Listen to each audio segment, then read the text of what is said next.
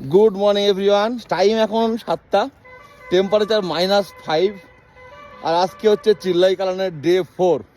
কালকে আমরা শ্রীনগরেই ছিলাম। অনেকে কমেন্ট করেছেন বা অনেকে মেসেজ করেছেন যে ডাল লেকটা সকালবেলা একটু ঘুরে দেখান। তার কারণ হচ্ছে কি, এখন ডাল লেক পুরো ফ্রোজেন, একদম পুরো বরফ জমে আছে উপরে, আমি দেখাচ্ছি একটু পরেই।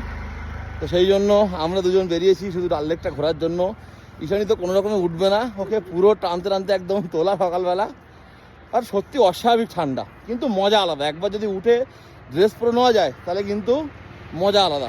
আমরা দুজনেই কাশ্মীরি ট্র্যাডিশনাল ড্রেস পরেছি, যেটা ফ্রেন বলে। এখানে যত দামি জ্যাকেট আপনারা পরুন না কেন, ফ্রেন কিন্তু একটা অন্যরকম জিনিস। যদি 2-3টা লেয়ারের পরে একটা ফ্রেন পরে নেওয়া যায়, আর কিন্তু কোনোরকমভাবে ঠান্ডা ইন করতে পারবে না। দেখুন, এই হচ্ছে ডাল লেকের একদম, এটা ঘাট নাম্বার 6-6-এর কাছে।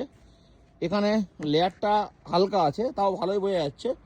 একটা যদি আমি কোনো রকমে ঢিল কিছু ছুঁড়ি, একটা ঢিল ছোঁড়ো এখানে, এই লাঠি দাও, হ্যাঁ এই তো দেখুন এই জায়গাটায় লেয়ারটা কতটা লেয়ার, এই জায়গাটায় ভালো লেয়ার না? ওরে বাবা, 34 বছরে এইরকম এই প্রথম হলো ডিসেম্বর মাসে এরকম ডাল লেক এরকমভাবে ফ্রোজেন হয়ে যাওয়া। দেখুন কি অবস্থা, পুরো একদম 6 নম্বর ঘাটের কাছেই পুরো ফ্রোজেন। ভালো রকম লেয়ার। আমি প্রথমে ভাবছিলাম যে অল্প লেয়ার, এখন দেখছি বেশ ভালোই মোটা লেয়ার না?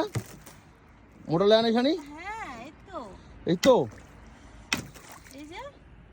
তো সুন্দর, পুরো একদম উপরে একটা লেয়ার কিন্তু জমে আছে। এবারে শিকারা করে এর মধ্যে থেকে যেতে একটা অন্যরকম। তো এত সকালবেলা আমি কাল রাত্রি শিকারা বলে রেখেছিলাম, এত সকালবেলা দেখছেন কোনো শিকারা ফিকারা কিন্তু চলে না। যেহেতু আমি কাল রাত্রে বুক করে রেখেছিলাম, তো উনি আসবে, ওই জন্য আমরা ওয়েট করছি।